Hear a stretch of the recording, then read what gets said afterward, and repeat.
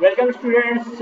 Now we are going to learn part 2 video of the computer networking of class 8. Okay, this video is for class 8. The chapter name is computer networking, and in this video we will learn about the advantage of the networking. Okay, what is the advantage of networking? Be strong.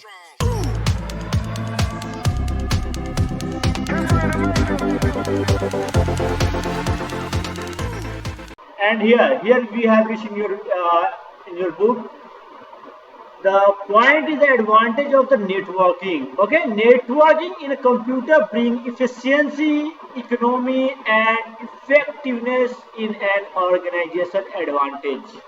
Okay, net advantage of computer networking are as follow. You know that networking in computers. Okay, networking in computers is very efficiency and economic and effectiveness in an organization. यानी कि networking of computer जो होता है बहुत ही आसान, सस्ता होता है और बहुत ही इफेक्टिव होता है कोई भी ऑर्गेनाइजेशन के लिए।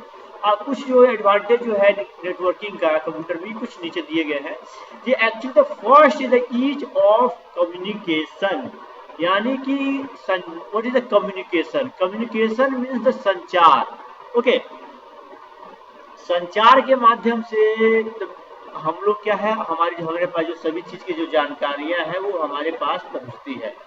ठीक है, कैसे? संचार के माध्यम से।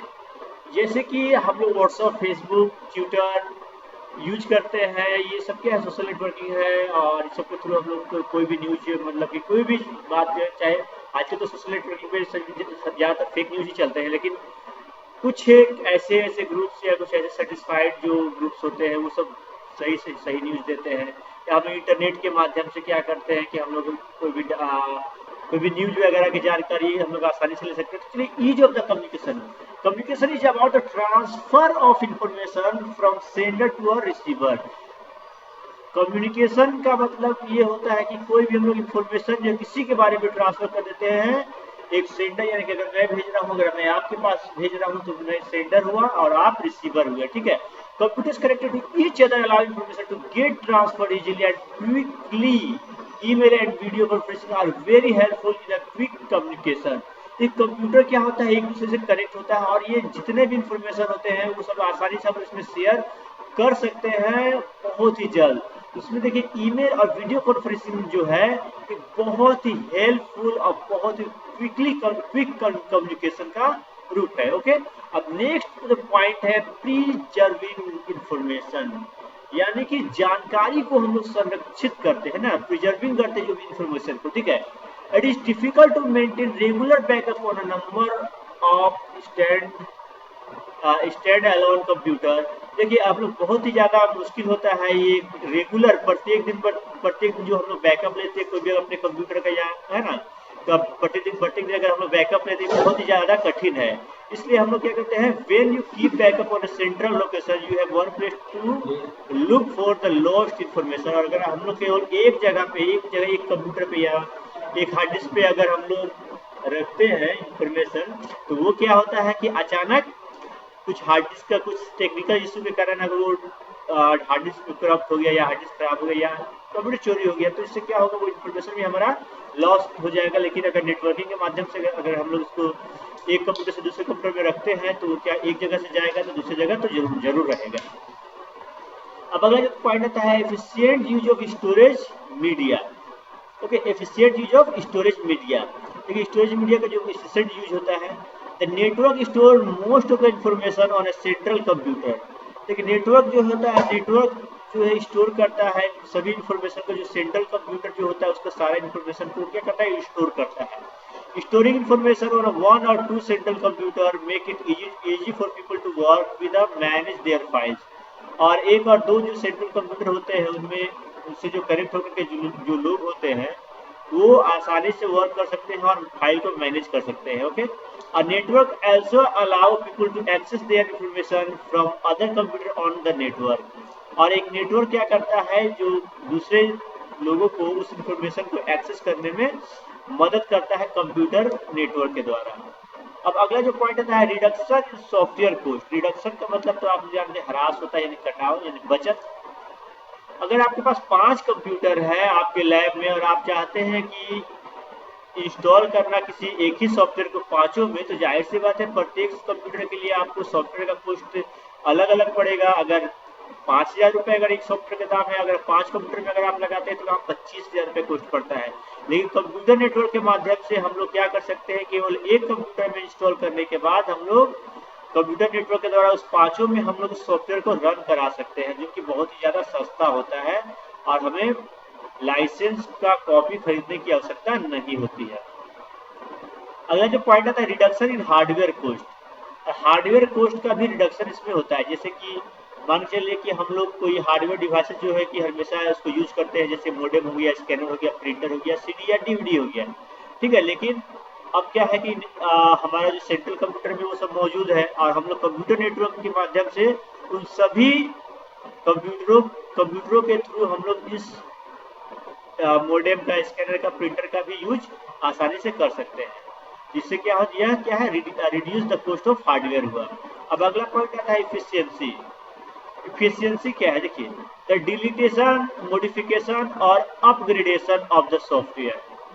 देखिए, सॉफ्टवेयर को डिलीट करना या मॉडिफाई करना या उसको अपग्रेड करना। Data is to be done at a single point only in a network. Data ये क्या होगा, केवल एक ही पॉइंट नेटवर्क पे होगा। ये क्या बहुत ज़्यादा इफिशियंसी होगा और इफेक्टिवनेस होगा इनटू वर्किंग सिस्टम में। यानी कि अगर नेटवर्क के थ्रू अगर जुड़ा हुआ है तो एक ही सिस्टम के थ्रू हम लोग सभी का जो है मॉडिफाई कर सकते हैं, डिलीट कर सकते हैं, अपग्रेड कर सकते हैं एक ही कंप्यूटर के माध्यम से। अब अगला पॉइंट आता है शेयरिंग प्रोग्राम, ठीक है। Most of the people who are connected to a network, बहुत सारे लोग हैं जो कि नेटवर्क से कनेक्ट है, use a central computer to work with different program such as word processor and spreadsheet. और जो कंप्यूटर नेटवर्क के थ्रू जो लोग कनेक्ट है तो सेंट्रल कंप्यूटर के माध्यम से ही एक ही समय में अगर अगर मेरा एक कंप्यूटर से अगर 2-3 कंप्यूटर जुड़ा हुआ है तो मेरा जो सेंट्रल कंप्यूटर है अगर उसमें मैं वर्ड चला रहा हूँ, वर्ड का यूज कर रहा हूँ, तो अगले कंप्यूटर पे आप स्प्रेडशीट का यूज कर सकते हैं, कोई पेड का यूज कर सकता है, कोई फोटोशॉप का भी यूज कर सकते हैं। यानी कि एक ही समय में हम लोग नेटवर्क के माध्यम से अलग अलग प्रोग्राम, यानी कि अलग अलग कंप्यूटर का भी मजा हम लोग एक नेटवर्क सिस्टम से कनेक्ट रह करके भी कर सकते हैं, ठीक है। Network make installing program simple because only one copy of program need to be install on a central computer. देखिए, नेटवर्क जो है जो इंस्टॉलिंग प्रोग्राम को बहुत सिंपल बनाता है, क्योंकि इसमें केवल एक ही कॉपी सेंट्रल कंप्यूटर पे हमें इंस्टॉल करना होता है। अब एक आता है रिडंडेंसी। रिडंडेंसी क्या है, देखिए, computer network reduce the need of hardware copy of all documents. Computer network जो होता है हार्डवेयर को हार्ड कॉपीज को, है ना, रिड्यूस करता है। जितने भी डॉक्यूमेंट को हार्ड कॉपी मतलब कि उसे बनाने में क्या करता है, उस पर वो रिड्यूस करता है, ठीक है। अब जैसे कि by sharing file over the network, अगर हम लोग फाइल को किसी नेटवर्क में शेयर कर देते हैं तो यहाँ क्या करता है, पेपर और उस पेपर कॉपी को शेयर करते हैं, कोई रिपोर्ट को शेयर कर देते हैं, तो इससे क्या होता है, बहुत ही एलिमिनेटेड और ग्रेटली रिड्यूस होता है। यानी कि हर जगह स्टोरेज का जो आप लोगों को जो स्टोरेज जो खर्च होता है, जैसे कि मान के चलिए अगर 5 MB का फाइल है, उसको अगर 5 कंप्यूटर में रखते हैं तो 5 में 25 MB मेरा खपत होगा, लेकिन वहाँ 5 ही MB में हम पाँचों कंप्यूटर पे आसानी से रख सकते हैं। अब अगला पॉइंट जो होता है सिक्योरिटी। देखिए, सिक्योरिटी भी बहुत ही इंपॉर्टेंट है। बिफोर एक्सेसिंग इंफॉर्मेशन और network user must inter user name and password. अब देखिए, नेटवर्क के थ्रू अगर हम लोग किसी कंप्यूटर में कोई इंटर कर रहे हैं, इंफॉर्मेशन को अगर एक्सेस कर रहे हैं, तो हमें यूजर नेम और पासवर्ड की आवश्यकता होती है, जो कि इसको इंश्योर कौन करता है, ऑथराइज पीपल, जो कि है ना, ऑथराइज पीपल जो है इस इंफॉर्मेशन को स्टोर करता है और उसको शेयर करने के लिए उसको सिक्योरिटी भी लगाता है, जिससे कि हम लोग कोई भी फाइल को एक्सेस करने के लिए हमें यूजर नेम और पासवर्ड की आवश्यकता होती है। अब अगला जो पॉइंट है नेटवर्क कंपोनेंट्स। नेटवर्क कंपोनेंट्स के बारे में हम लोग नेक्स्ट वीडियो में पढ़ेंगे।